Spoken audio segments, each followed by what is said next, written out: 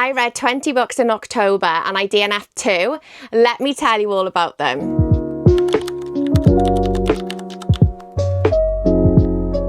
Hi everyone, welcome back to my channel. If you're new here, my name's Carly and today I'm going to be talking all about the books I read and DNF'd in October. October was a bit of a disappointing month for me reading wise. Quantity wise, I still read pretty much what I usually read, but quality wise, the ratings were way below what they usually are. Now, in my reading wrap-ups, my biggest sections are usually my 4-star sections.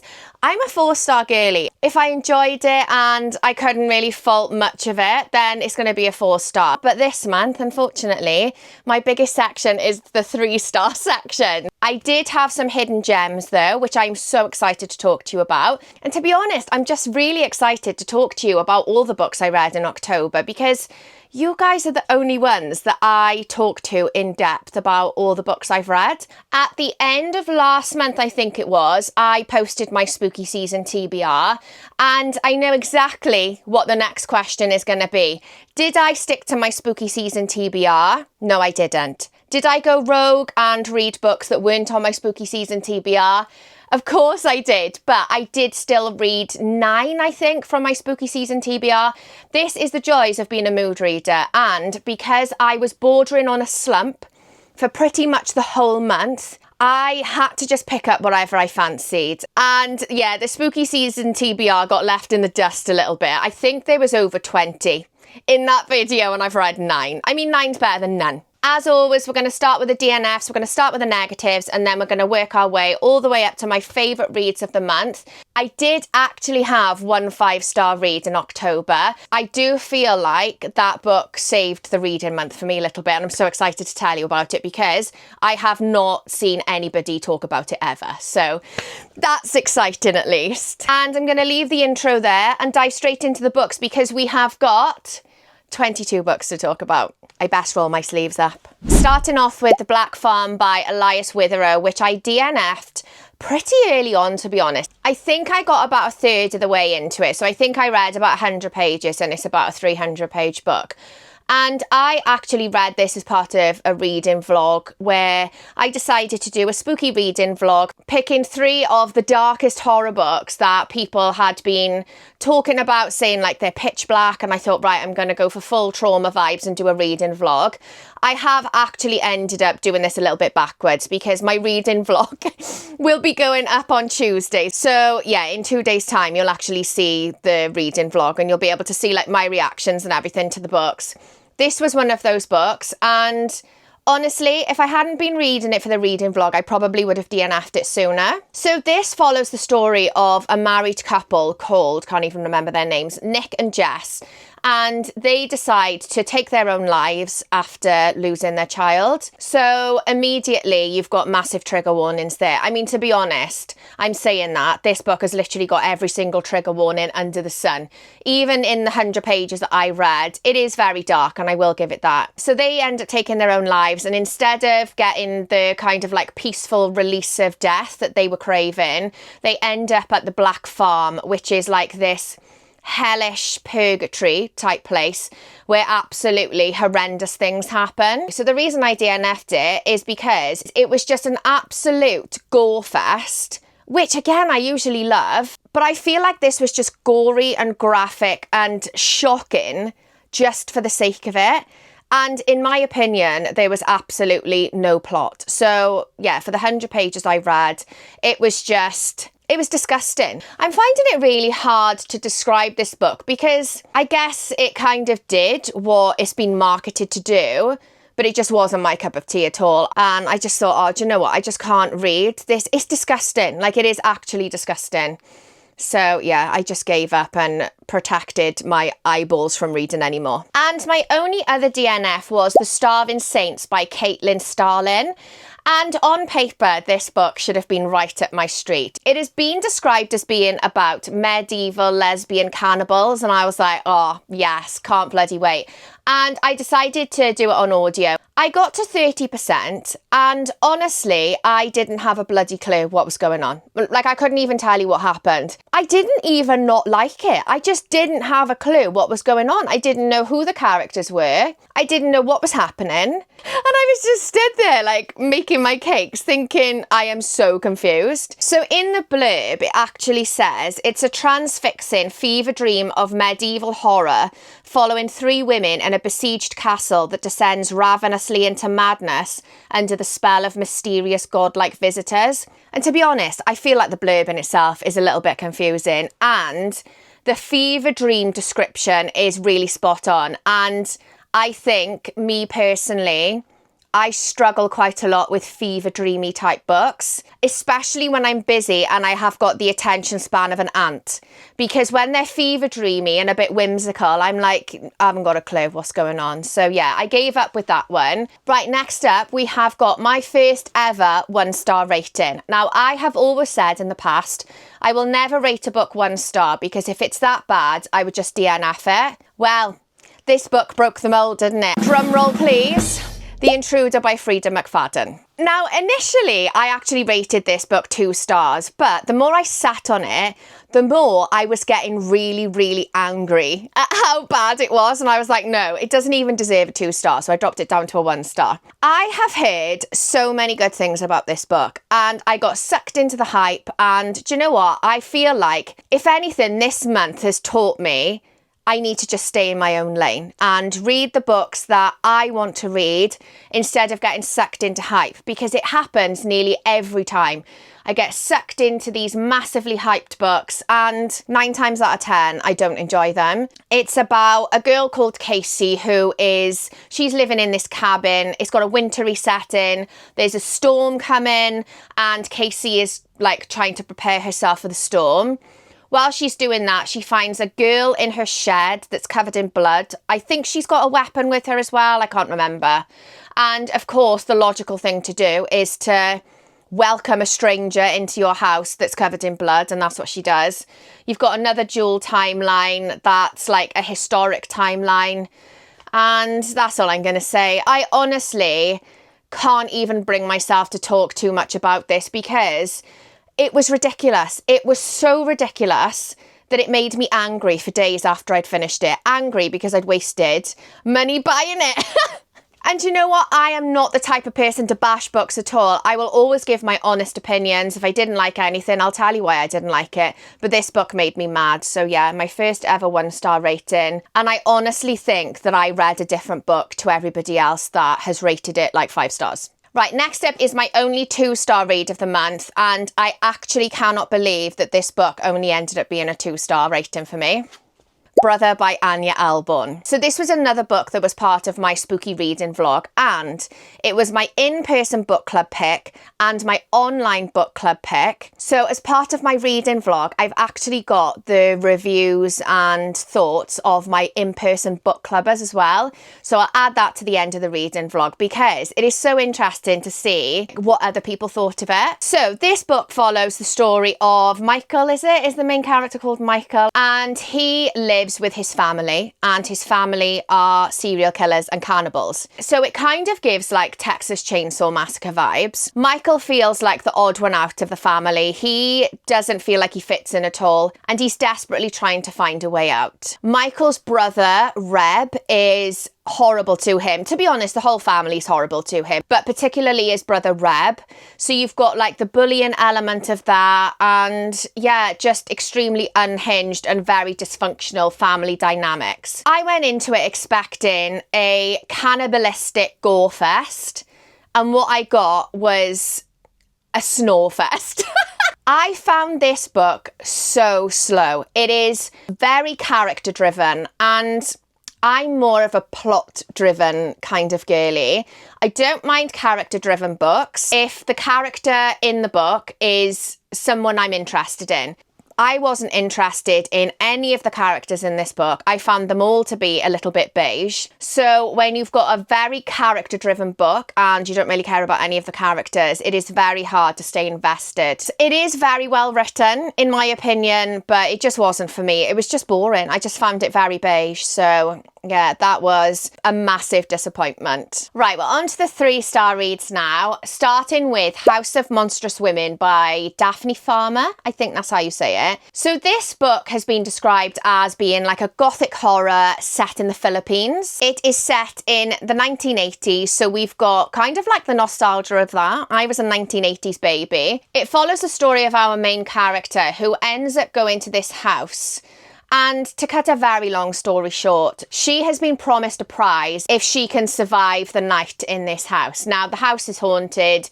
It's very strange, very, very strange vibes in this house. Like it's very eerie. The way it was written, it definitely gave creeping dread vibes throughout. It was very vivid as well. Do you know what? Even though I gave it 3 stars, I absolutely loved the writing style. It was very atmospheric and yeah, very vivid. Did I just say that? And again, on paper, this should have been right up my street. I love anything gothic. I love books about women. I was really excited to read a book that was set in the Philippines, so it's a completely different setting to a lot of the other gothic books I've read. And I did enjoy it, like I gave it 3 stars, but the reason it wasn't a higher rating is because it was just a little bit too slow burn for me, and I just felt like it took way too long to get going. However, once it did get going, it was unhinged and I did really enjoy it. So yeah, 3 stars for that. And I am a little bit gutted it wasn't a higher rating because I was hoping I was going to love it so that I could treat myself to a trophy copy because the cover of this book is absolutely stunning. Next up, we have got another one that ended up being a little bit of a disappointment. The Sundown Motel by Simone St. James. This is kind of like your typical haunted house story, but it's set in a motel called the Sundown Motel. So you've got a dual timeline. You've got one that's set in 1982 that follows Viv. So Viv vanishes during one of her night shifts at this motel. And then the more recent storyline follows Carly. We've got a Carly who is Viv's niece, and she goes to get herself a job at the same motel to try and find out like what happened to her aunt and where she went. Like at the bottom of the blurb it says, but Carly soon uncovers that before she vanished, Viv believed she was on the trail of something truly sinister, and if Carly can't work out the truth soon, then she's in line to be the next victim, ... Oh God, this book was another one that was just way too slow burn for me.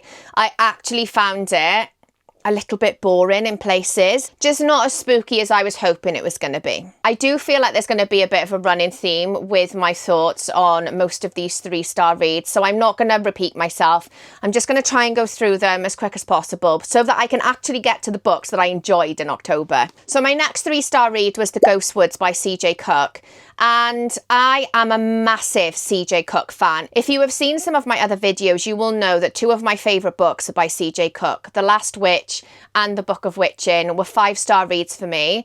So I was really excited to read more from her backlist. This book follows the story of a young girl called Pearl. She gets sent to Lichen Hall, I think it's called. I think that's how you pronounce it, to give birth. So it says, when she meets the mysterious mother and young boy who live on the grounds, the truth of the house emerges and darkness moves in. Shrouded in folklore, old stories of ghosts, of witches, of a child who is not quite a child.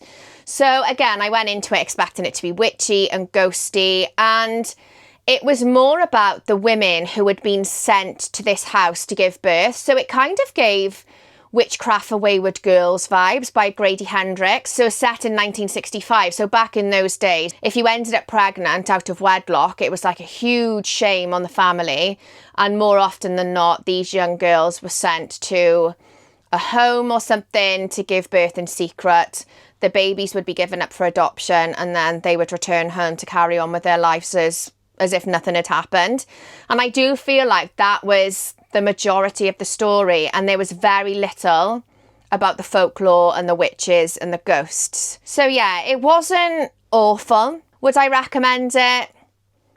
I don't know. I'm not entirely sure on that. I think I'm gonna I think I'm going to say maybe. My next 3-star read was The Cotton Candy Massacre by Christopher Robertson, and this is another one that I went into with such high hopes. I thought this was going to be a completely unhinged gore fest, and I was going to absolutely eat it up. And again, I really wanted to love it because I wanted a trophy copy for my shelf because I absolutely love the cover. I mean, there's not really much to talk about plot-wise for this book. It is a slasher book that's set in a kind of like carnival fairground type place. Initially, the beginning of the book started out so well. It was straight into pure slasher gore fest vibes. And I was like, yes, I'm going to absolutely love this because I love a circus, carnival, fairground setting. I don't know what it is about those settings, but I just absolutely love them. And then after, I don't even know how many chapters the kind of like backstory was. It wasn't many. It completely fizzled out. But I was just expecting a lot more from it. And I feel like all the action happened really early on.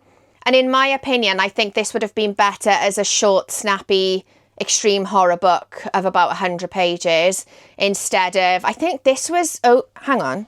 I just checked. It's 355 pages, which I just think is far too long for a slasher. I like them short, snappy. It was just a little bit boring, if I'm being completely honest. And that's not what you want from your slashers, is it? My next 3-star read was Dusk by Amy Cross. This is book 1 in I think it's in a series of about 4 books that all take place in the same 24 hours in London. And, I don't know, I was just looking on my Kindle. I didn't really know what I wanted to read. And I saw that, liked the sound of it, so I thought, right, I'm just going to read that. It is basically about a couple who are looking for their runaway daughter. And immediately you get the vibe that something is a little off with this couple. They're lying to each other. Something doesn't really add up. I'm going to be completely honest with you. This was very strange. It was like bordering on fantasy a little bit, but I don't really mind a bit of fantasy, you know, but I don't know, it just, it was just a bit strange. I don't think I'll be carrying on with the rest of the series, to be honest. And my last 3-star read was The Whisper Man by Alex North. Now, this is a serial killer thriller about a serial killer who abducts like children in the middle of the night. In the lead up to abducting them, he whispers through their window, hence the name The Whisper Man. And you know what? The concept of it gave me the absolute creeps. And then we've got our main character called Tom, who has recently lost his wife. And him and his son Jake moved to a new house for a fresh start. Not long after arriving at their new house, Jake starts saying that he can hear a man and he can hear whispering. I just feel like this book had so much potential, but it just didn't really go anywhere. It didn't really get going. Like, I was just waiting for the pace to pick up, and it didn't really pick up. I have heard incredible reviews on it though, so it may have just been me being in a big fat slump all month and yeah, being a little bit harder to please, you know? Right, we're on to the 3.5 stars and above now, so we're getting into the good stuff. Starting with Fyneshade by Kate Griffin. Now, this has been described as being like a witchy book, and I actually did this on audio, and I would highly recommend the audio. I really enjoyed the audiobook, and I thought the narrator did a really good job. So it follows the story of our main character called Marta, and she is sent to be a governess at, does it say where? No, it just says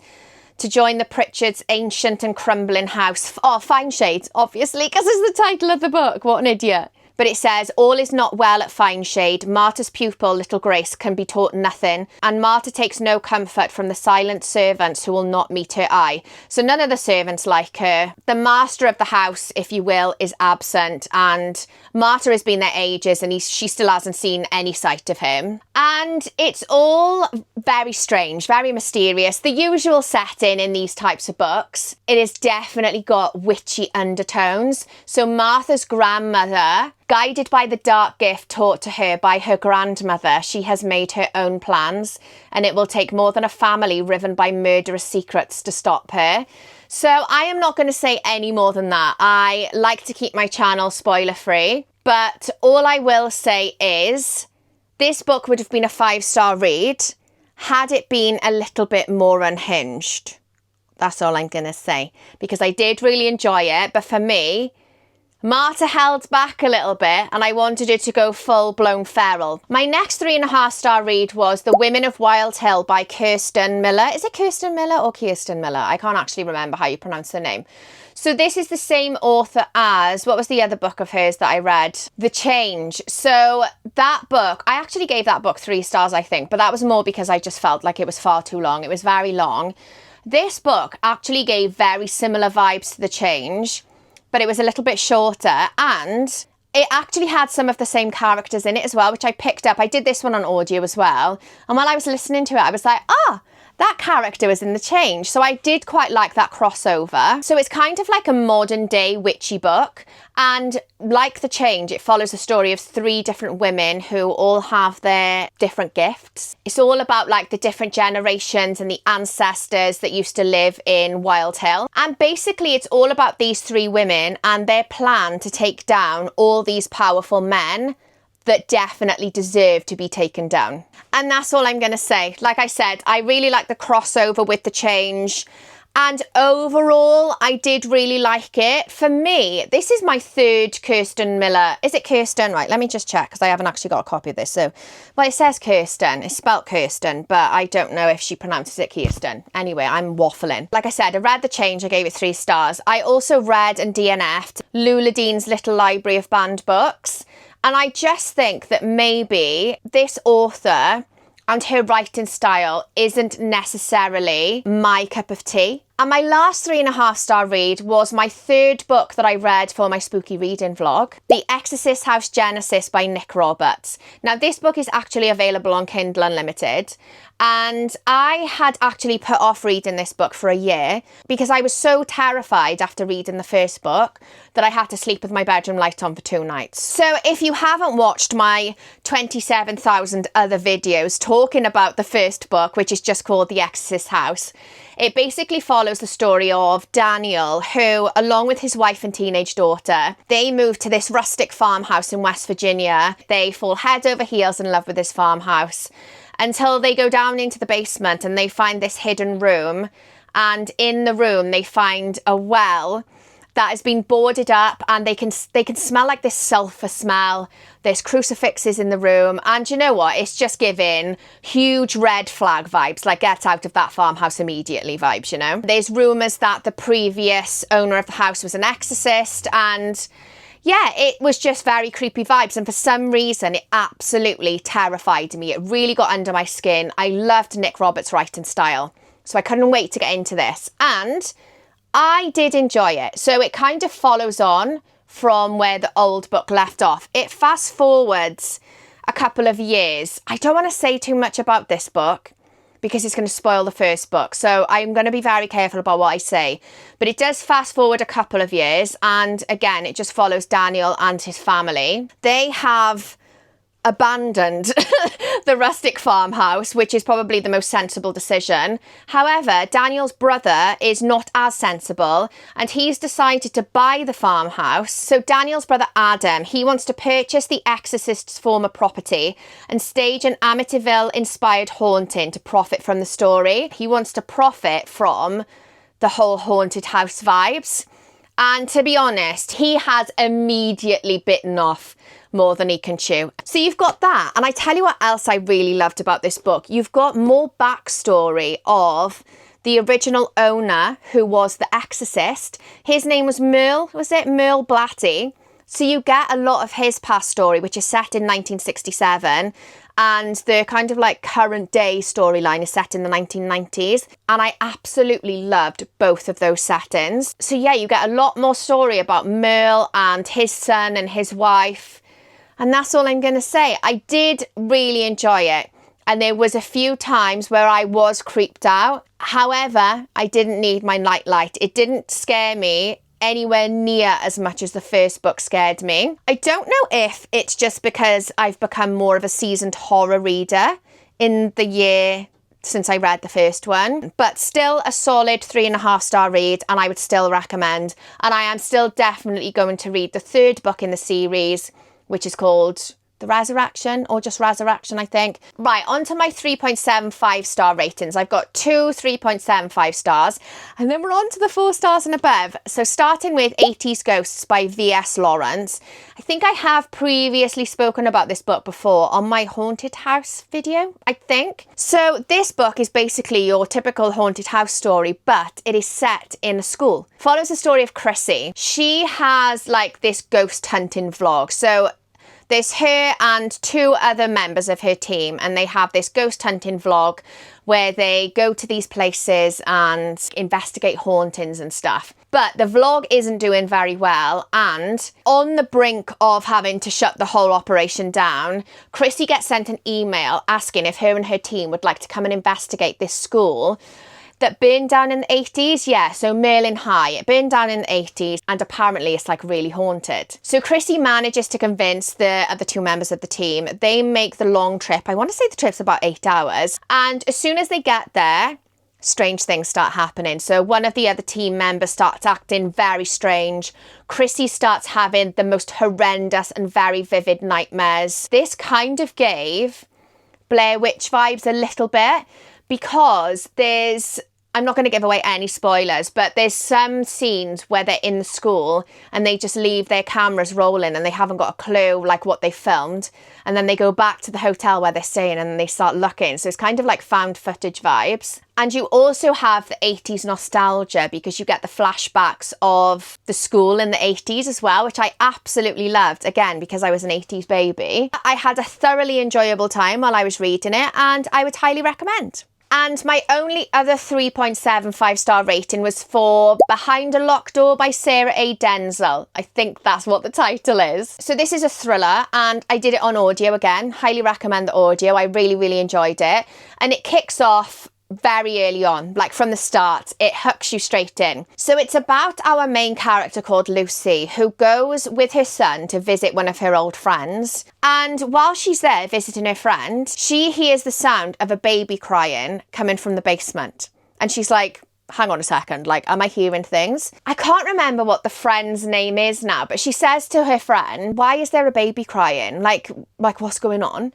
And then her friend starts acting really strange. Anyway, this Lucy then, she bashes the door down. None of this is spoilers, it's all in the blurb. And she finds a girl in the basement with a newborn baby, like being held captive, you know? It grips you straight in. I was invested.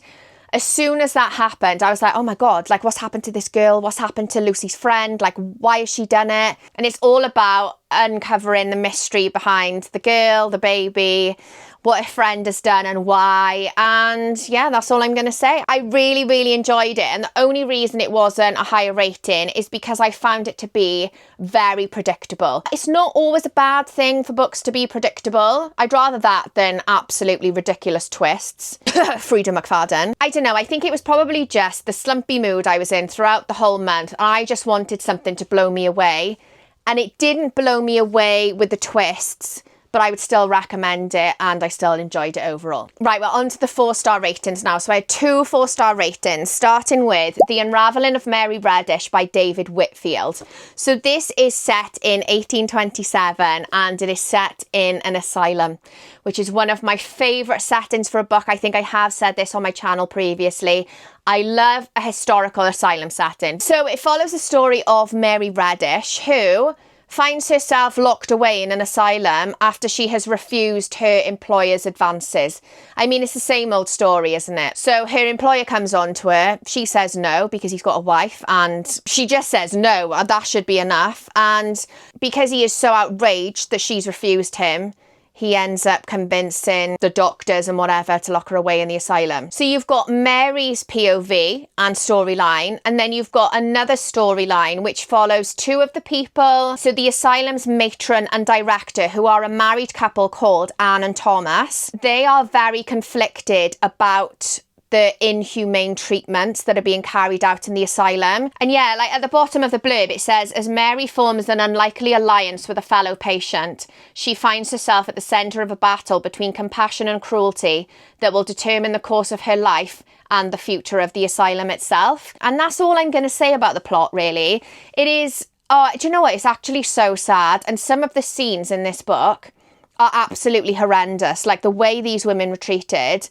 and it's all based on actual treatments that existed. I really enjoyed this, and I would highly recommend if you like a historical fiction. And my only other 4-star read was Night Watching by Tracy Sierra. And this was so unexpected. I absolutely loved this. So I think I spoke about this book on my video where I was talking about books on my TBR that I was absolutely terrified to read. And the majority of those books were horror books, but this is a thriller book. And the reason I was terrified to read it is because it kind of gives like home invasion vibes, and the concept of it absolutely terrified me. So I'm just going to read you like a tiny bit of the blurb because I feel like the blurb is going to do a much better job than I can. So it says, home alone with her young children during a blizzard, a mother tucks her son back into bed in the middle of the night. Then she hears a noise. Old houses are always making some kind of noise, but this sound is disturbingly familiar. It's the tread of footsteps, unusually heavy and slow, coming up the stairs. In that split second, she has 3 choices. Should she hide, should she run, or should she fight? Honestly, it gives me chills. This book kicks off from the very first page. She is literally tucking her son into bed. She hears the creak of the stairs. And as she looks around the corner, she can see somebody stood at the end of the landing. And she literally has this split second to decide what she needs to do. It kind of gave me Panic Room vibes. You know Panic Room, the film with Jodie Foster in it? I was so stressed when I watched that film. Like my heart rate was pounding throughout the whole time I was watching it. This book would have been a 5-star read. The only reason it wasn't is because it kind of went into backstory a little bit that I didn't think was necessary, personally, in my opinion. So the beginning of the book and the end of the book, 5-star vibes, absolutely outstanding, loved it. But yeah, there was just backstory about the family and like her in-laws and her husband and all the rest of it. And I was like, some of this is completely irrelevant, and it kind of took you away from the story. Like I wanted to be in that present day storyline with her and her children, like panicking because there's somebody in the house that shouldn't be. Do you know what I mean? So yeah, apart from that, absolutely loved. Right, we're getting on to the really, really good stuff now. So I've got 3 4.25-star ratings, starting with The Burning Girls by CJ Tudor. And this was such a pleasant surprise because I have seen so many mixed reviews on this book.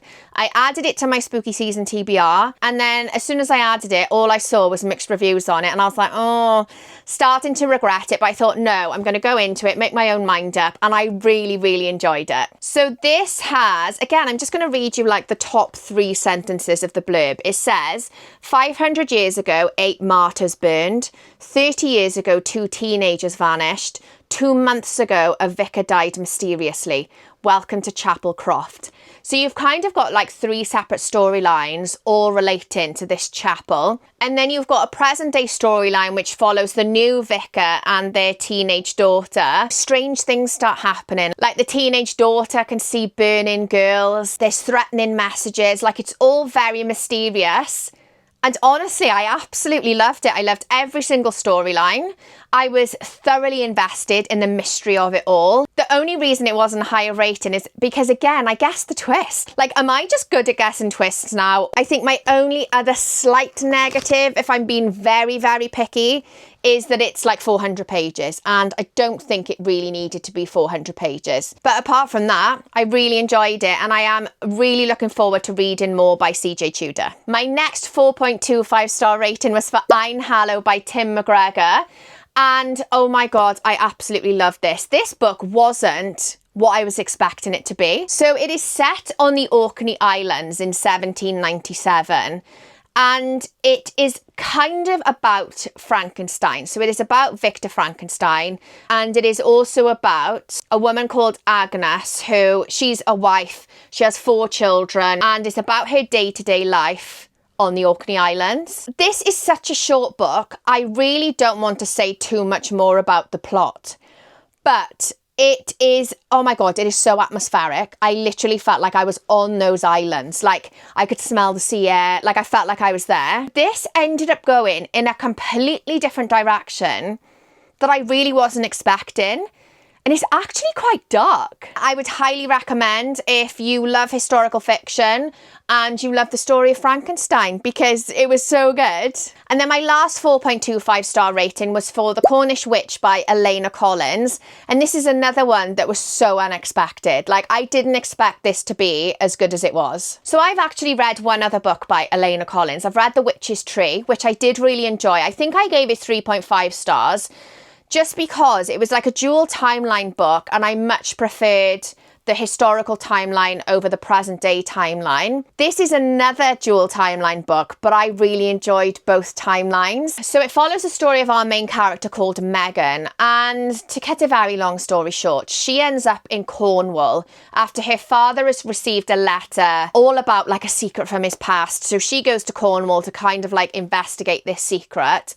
And she ends up staying at this place called The Ship, which all the locals are telling her is haunted. She starts investigating like the history of the place. I don't want to say too much about it, because I don't want to give anything away, because I went into this book completely blind. It's another one that I did on audio. And again, I highly recommend the audio of it. The narrator was really good. Although she did have a little bit of a dodgy French accent. There's a French character in it, and I was like, I don't know if this accent sounds French or German, to be honest. I just loved the characters and the storyline and the history, and yeah, I highly recommend, especially if you love like a historical witchy book. We're on to the last two books. One is a 4.5 star rating and the other is my only 5-star read of the month. So starting with my 4.5 star rating, A Fire in Our Hearts by Philip Paris. Now this is the same author that wrote The Last Witch of Scotland, which I also gave 4.5 stars to. So when I saw that he'd released another book, honestly, I couldn't wait to get my hands on it. And again, this is another one that I did on audio, and the audio book was absolutely outstanding. So I have briefly spoken about this book previously on my channel. It was in my Edinburgh book shopping vlog. So I read this just before going to Edinburgh, and it is all about the Covenanters. This is like an area of Scottish history I know absolutely nothing about. So it's set in Scotland in 1662. I don't know what it is, but I just love a Scottish setting. And yeah, it's about these Covenanters. So they were kind of like a political / religious group of people who were targeted by this man called George Mackenzie. And a lot of them ended up being imprisoned. And whilst I was in Edinburgh, I went to the Greyfriars Kirkyard, which is like a famous cemetery in Edinburgh. And there was a section in the cemetery where there was a plaque that said the Covenanters prison. And they were kept in such horrific conditions that most of them perished. The ones that didn't either ended up being executed or they ended up being shipped off to be treated as slaves, basically. This book follows a group of people who were Covenanters, and it's all about their story. I am not going to say too much more about the plot because I went into this completely blind. I didn't have a clue what this book was about, and it absolutely blew me away. Honestly, it would have been a 5-star read. Like, I was crying at the end. I absolutely loved it. The only reason it wasn't, maybe I should have given it a 4.75. 5-star books, see, they've got to be perfect. And the only reason this wasn't is because I didn't like how it ended. Absolutely no spoilers. I can't even say why because it'll be a massive spoiler. So that's all I'm going to say. And that's just the reason it wasn't a 5-star. But apart from that, oh my God, Philip Paris is fast becoming one of my new favourite auto-buy authors. I absolutely love his writing and the way he sets the scenes and the way he writes characters. He is phenomenal. Highly recommend, especially if you're a historical fiction lover. And last but not least, my only 5-star read of the month was The Good Girl by Michelle Dunn. Now this is a massive hidden gem. I decided to listen to this on audio. It's another one I did on audio. I was smashing out the audiobooks this month because I was quite busy with work. I really like the sound of this because I'm actually going to read you some of the blurb.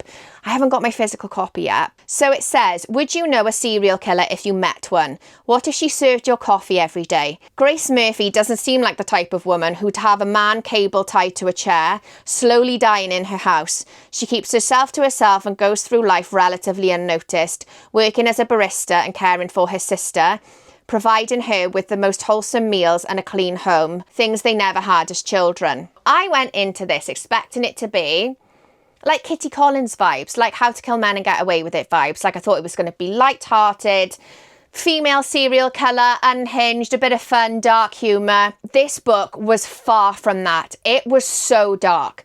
So what I will say is, even though I highly recommend it and I absolutely loved it and I gave it 5 stars, please check trigger warnings before you go into it, because there are so many triggers in this book that I wasn't expecting, and they are pretty much throughout the whole book as well. It is so dark.